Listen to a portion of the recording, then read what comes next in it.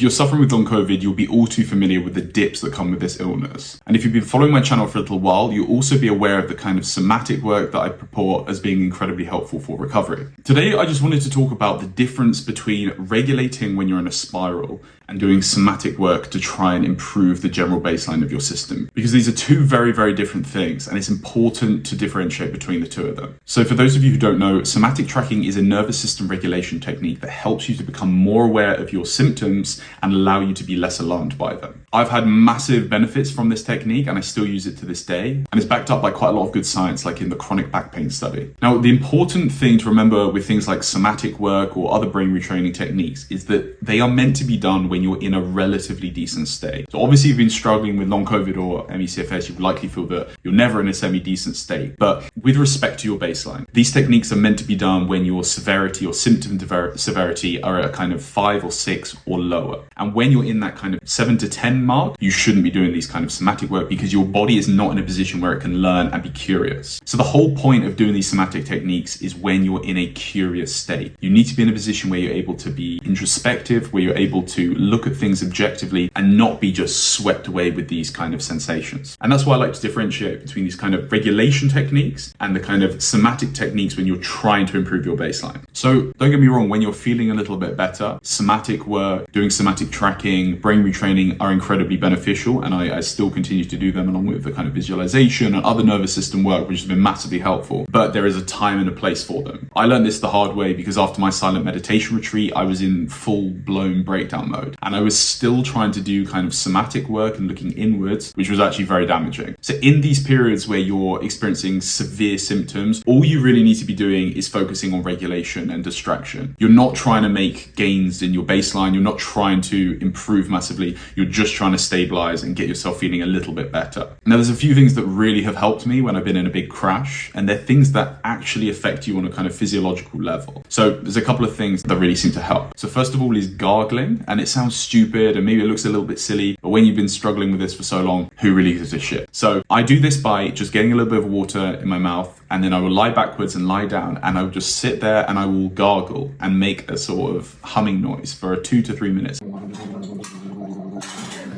And this physically stimulates your vagus nerve. And after that, I feel a lot more regulated. And when I was going through one of my most severe periods of symptoms, this helped me massively. So I recommend giving that a go. Secondly is cold therapy. Now, cold therapy, as many of you will know, is incredibly beneficial, especially for the nervous system. And what I like to use is a kind of migraine hat. So you can do this with whatever you like. You can just put some ice cubes on your wrist. Maybe you can put it on your neck or head. But I have this migraine cap, and it's super, super useful. So you can see here, it comes in this little packet. You pop it in the fridge, and in the freezer, and after a few hours, it comes out just like this. And if you're struggling with brain fog, if you have nervous system issues, and especially the kind of neuro issues, I cannot recommend these enough. So all you do is you pop it on, it goes like this,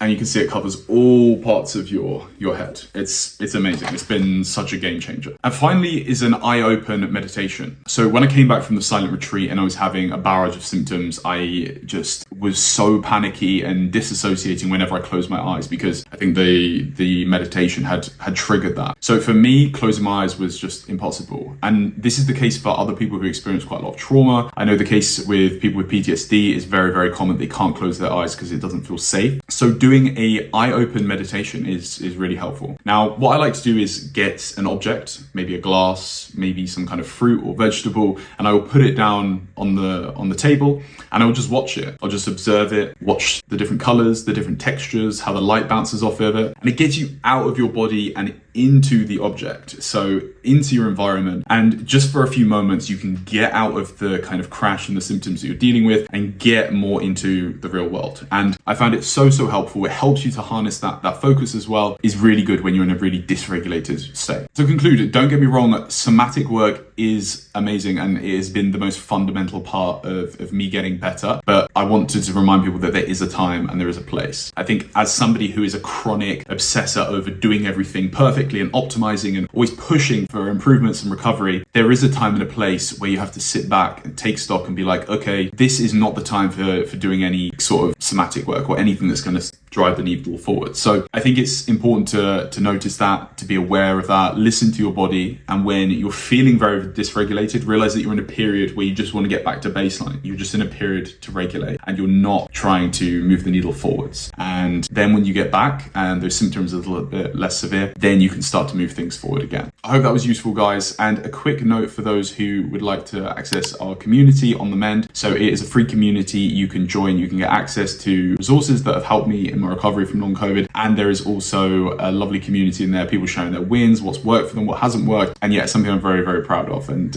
if you would be interested in that, I'll drop the link in the description and would love to see you there. In the meantime, take care of yourselves and stay healthy.